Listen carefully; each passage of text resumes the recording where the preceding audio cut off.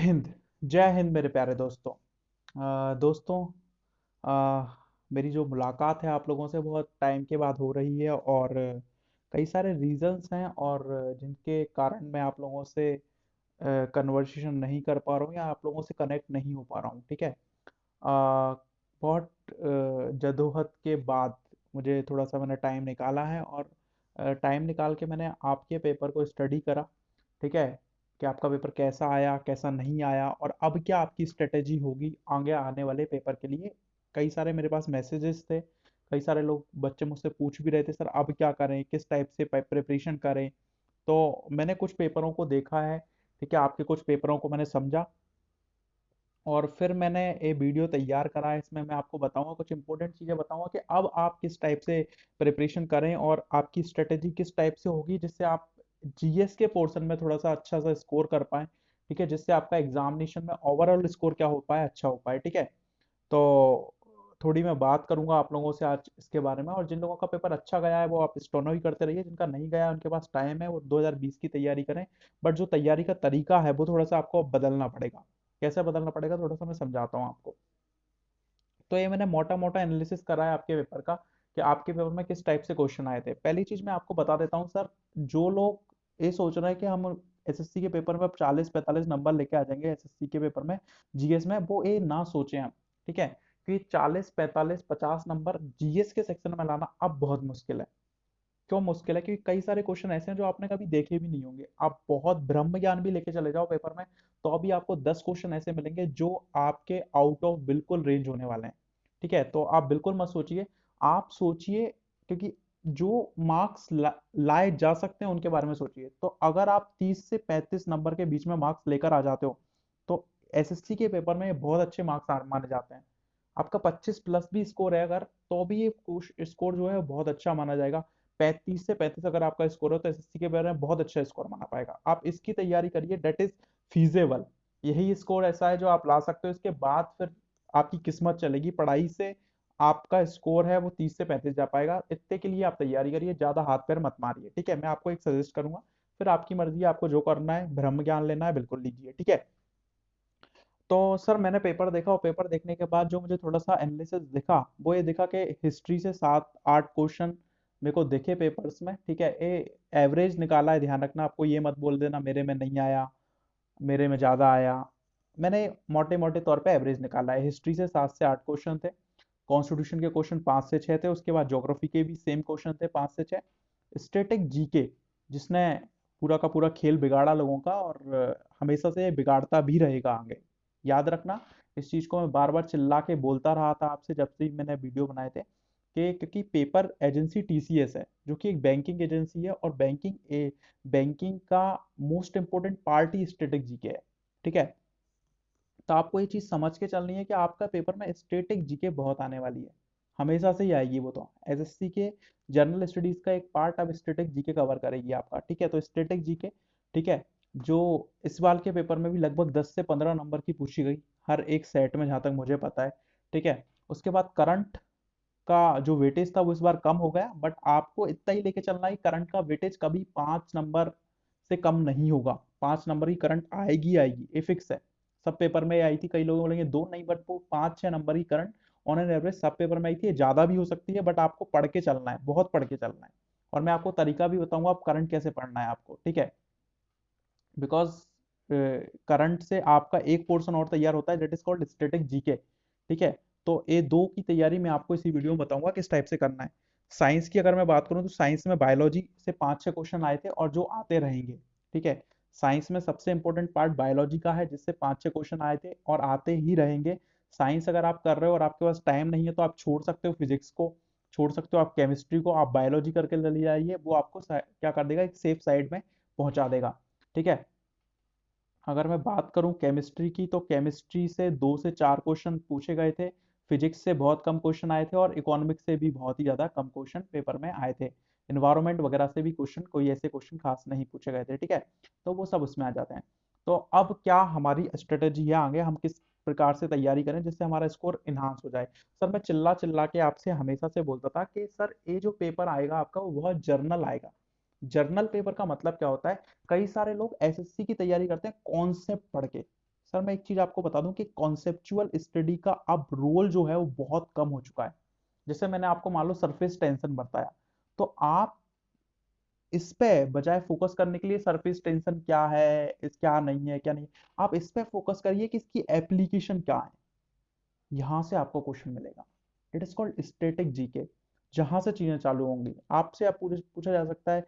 ठीक है, ऐसी चीजें आपसे पूछी जाएंगी जहां से क्वेश्चन आते हैं। ठीक है, तो इन पे आपको फोकस करना है, कोई भी चीज की जो एप्लीकेशन है उन पे आपको फोकस करना है, जिसको हम बोलते हैं स्टैटिक जीके। ठीक है, जो स्टैटिक पार्ट है कोई भी टॉपिक का, उस पे आपको फोकस करना है सर। वहां से आपको क्वेश्चन मिलेंगे। जैसे कॉन्स्टिट्यूशन आप पढ़ रहे हो, जैसे संविधान आप पढ़ रहे हो, तो फोकस आपको ये नहीं करना किसकी पावर है, कौन क्या करता है, प्रोसेस क्या है, ये सब आपको कुछ भी नहीं पढ़ना है।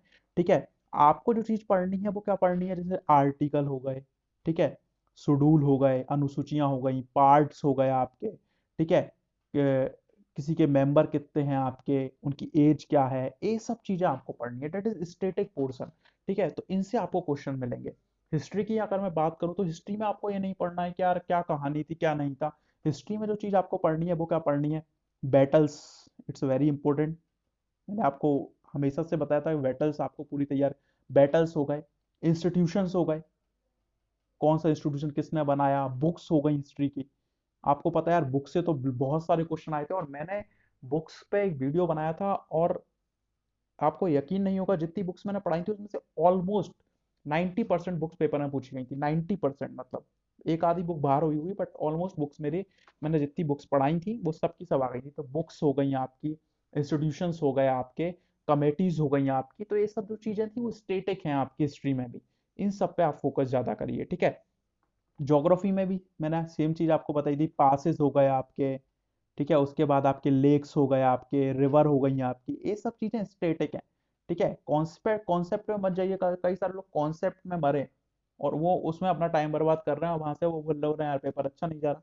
कहाँ से जाएगा आपका पेपर।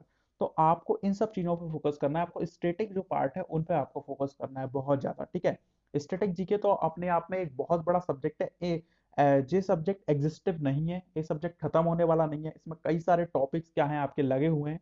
तो जितना मैंने अपने कोर्सेज में पढ़ाया है, लगातार मैं उसको भी अपडेट करने वाला हूँ अभी। ठीक है, जैसे एक पोर्शन जो पूछा गया है, स्पोर्ट्स का एक इंपॉर्टेंट पोर्शन आपको देखने को मिलेगा। ठीक है, उसके बाद इन्वायरमेंट के भी कुछ क्वेश्चन आपको यहाँ पर देखने को मिल जाएंगे। तो ये सब चीज़ें मैं अपने जो स्टैटिक जीके जो मैंने करवाई उसमें मैं जल्दी आपको ऐड करवा दूंगा। तो जो भी लोग मुझसे जुड़े हुए हैं वो अपनी तैयारी को और अपडेटेड, जो मेरा कोर्स है उससे आप कर सकते हो। जो भी अपडेटेड चीज़ें आपको दिखेंगी मैं इसमें करवा दूंगा। ठीक है, करंट अफेयर्स आप कोई भी 6 महीने का पुराना करंट अफेयर्स पकड़ लीजिए, उसकी तैयारी करते जाइए। करंट अफेयर के लिए मैं आपको एक चीज बता देता हूँ, आप कोई भी करंट अफेयर पढ़ रहे हैं सर, जब भी आप करंट अफेयर्स पढ़ते हैं तो 2 मिनट के लिए आपके पास फोन होता ही है। जैसे मान लीजिए आपने आपने यूएनओ पढ़ा, या आपने कोई करंट पढ़ी which is related to the UNO. अब तो ये तो करंट है, तो आप सिर्फ इतना करिए कि 2 मिनट के लिए, 2 मिनट के लिए इस यूएनओ के बारे में तीन चार चीजें देख लीजिए, इसका ट्रेडिशनल देख लीजिए। ट्रेडिशनल का मतलब है कि आप विकीपीडिया खोलिए और विकीपीडिया से देख लीजिए यूएनओ कब बना।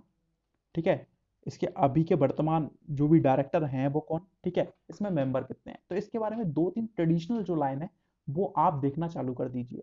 तो इससे होगा क्या सर, आपका करंट तो तैयार होगा ही होगा, साथ ही साथ आपका जो स्टेटिक पोर्शन है वो भी बहुत ज्यादा स्ट्रांग हो जाएगा। कि करंट अफेयर्स क्या है, करंट अफेयर्स कोई भी पुरानी चीज की आज की जानकारी करंट अफेयर्स है। तो जब भी आप करंट अफेयर्स, कोई भी चीज की करंट अफेयर्स पढ़ें, उसके बारे में पुरानी भी जानकारी देख लें। 2 मिनट का आपका टाइम लगेगा, मोबाइल आपके पास रहता ही है, एक कॉपी आप मेंटेन कर सकते हो जो सिर्फ और सिर्फ किसकी होगी, आपकी स्टैटिक जीके की। तो इससे आपकी जीके जो होगी वो बहुत ज्यादा स्ट्रांग हो जाएगी। पेपर में आपको अनएक्सपेक्टेड ऐसे क्वेश्चन मिलेंगे जो आपने कहीं ना कहीं देखे होंगे, और आप अच्छे से उन क्वेश्चन को क्या कर पाओगे, पेपर में अच्छे से अटेम्प्ट कर पाओगे। ठीक है, तो थोड़े से अवेकन माइंड से आप पढ़ाई करिएगा, तो इससे आपका स्कोर जो होगा वो बहुत अच्छा हो जाएगा। ठीक है, जो मैं आपको सीक्वेंस बता रहा हूँ, इस सीक्वेंस के अकॉर्डिंग ही आप अपने सब्जेक्ट को कर सकते हो। सबसे इंपॉर्टेंट जो सब्जेक्ट आपका बन के आता है वो हिस्ट्री है, जो हमेशा से इंपॉर्टेंट सब्जेक्ट रहा है, और इस बार भी आपका सबसे इंपॉर्टेंट। उसके बाद आपको कॉन्स्टिट्यूशन करना है, उसके बाद आपको ज्योग्राफी करना है, तो ये तीन सब्जेक्ट ट्रेडिशनल में आपको देखने हैं। ठीक है, उसके बाद साइंस में आपको बायोलॉजी करना है, केमिस्ट्री आप देख सकते हो। बाकी फिजिक्स जब आप करने के लिए जाओ तो डोंट वोदर ऑन कॉन्सेप्ट, कॉन्सेप्ट के पीछे मत पड़ना। बाकी आप फिजिक्स में अगर जाओ तो आप यूनिट्स कर सकते हो, किसकी कौन सी यूनिट है, फॉर्मूले थोड़े बहुत देख सकते हो, बस इतना आप कुछ कर लेना।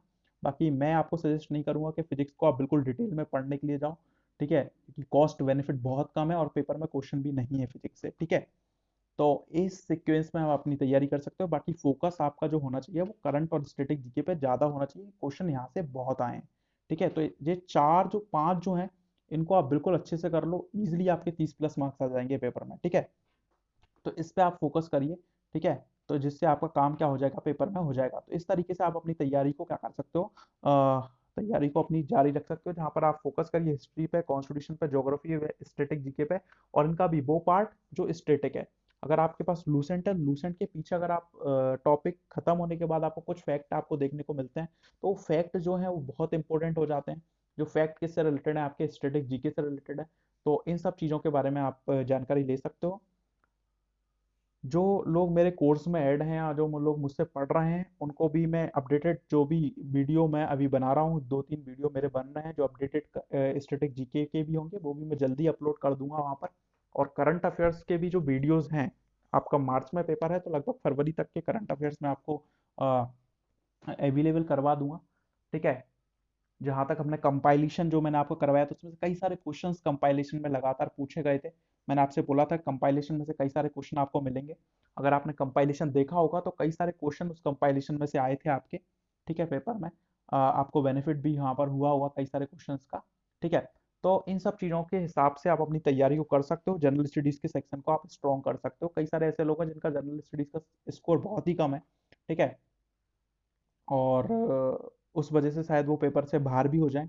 बट आप चिंता मत करिए, ठीक है। आपका पेपर अगेन ऐसा ही आने वाला है, इसके लिए आप तैयार रहिए, ठीक है। तो थोड़ा सा स्मार्ट स्टडी करिए और उसके साथ ही उन चीज़ों पर ज़्यादा फोकस करिए जिनसे हम पूरे नंबर ला सकते हैं। जनरल स्टडीज़ में आप पूरे नंबर नहीं ला सकते, जैसे कि आपका इंग्लिश हो गया, जैसे कि आपका रीजनिंग हो गया, अब वहाँ पर आप ज़्यादा मेहनत करिए, ठीक है। बजाय इस सेक्शन पे, इस सेक्शन को आप छोड़ दीजिए कि 30-35 आएंगे, बहुत अच्छी बात है। इतनी आपको मेहनत करनी है इस सेक्शन में, ठीक है। कई सारे लोग मुझसे ये भी पूछ रहे थे कि सर कोर्स या आपका बैच कब से चालू होगा, नया बैच आएगा। तो आई मैं आपको बताना चाहता हूँ कि अभी बहुत थोड़ी सी परेशानियां बहुत सारी हैं मेरे साथ, प्रॉब्लम बहुत है मेरे पीछे, मेरे पास बिल्कुल भी टाइम नहीं है। तो नया बैच तो नहीं है, कोई न्यू बैच नहीं है मेरा, ठीक है। और ये फर्दर स्टार्ट होने के भी बहुत ही कम चांसेस हैं। बट जो लोग तैयारी करना चाहते हैं, जो लोग ज्वाइन होना चाहते हैं, वो मेरा फुल कोर्स ले सकते हैं, डेट इज अवेलेबल। ध्यान रखना, रेगुलर वीडियोस आपको नहीं मिल पाएंगी, रेगुलर वीडियोस आपको नहीं मिल पाएंगी, बट आपको पूरा का पूरा फुल कोर्स मैं अवेलेबल करवा दूंगा, जहां पर आपको अपने स्तर पे इस पूरे कोर्स को खत्म होना करना पड़ेगा। अपने स्तर पे ये वीडियोस आपको पूरी, जितने भी सब्जेक्ट की, स्टैटिक जीके हो गया आपका, करंट अफेयर्स हो गया आपका, होल जीएस हो गया आपका, प्रीवियस ईयर एमसीक्यू भी मैंने वहां पर करवाए हुए हैं, उन सब की वीडियोस मैं आपको दे दूंगा। वहां पर आप इन वीडियोस को देख सकते हो या इन वीडियोस को आप क्या कर सकते हो, कवर कर सकते हो, ठीक है। तो ये फुल कोर्स अवेलेबल है, ठीक है। रेगुलर वीडियोस अभी अवेलेबल नहीं है। तो जिन भी लोगों को कोर्स कंप्लीट करना हो या जिन भी लोगों को लगता हो, तो वो फुल कोर्स को परचेज कर सकते हैं या मुझसे ले सकते हैं। सिंपल आप मुझे मैसेज कर सकते हो मेरे नंबर पे 8962580045। इस नंबर पे आप मुझे मैसेज करके इस चीज के बारे में जानकारी ले सकते हो, ठीक है।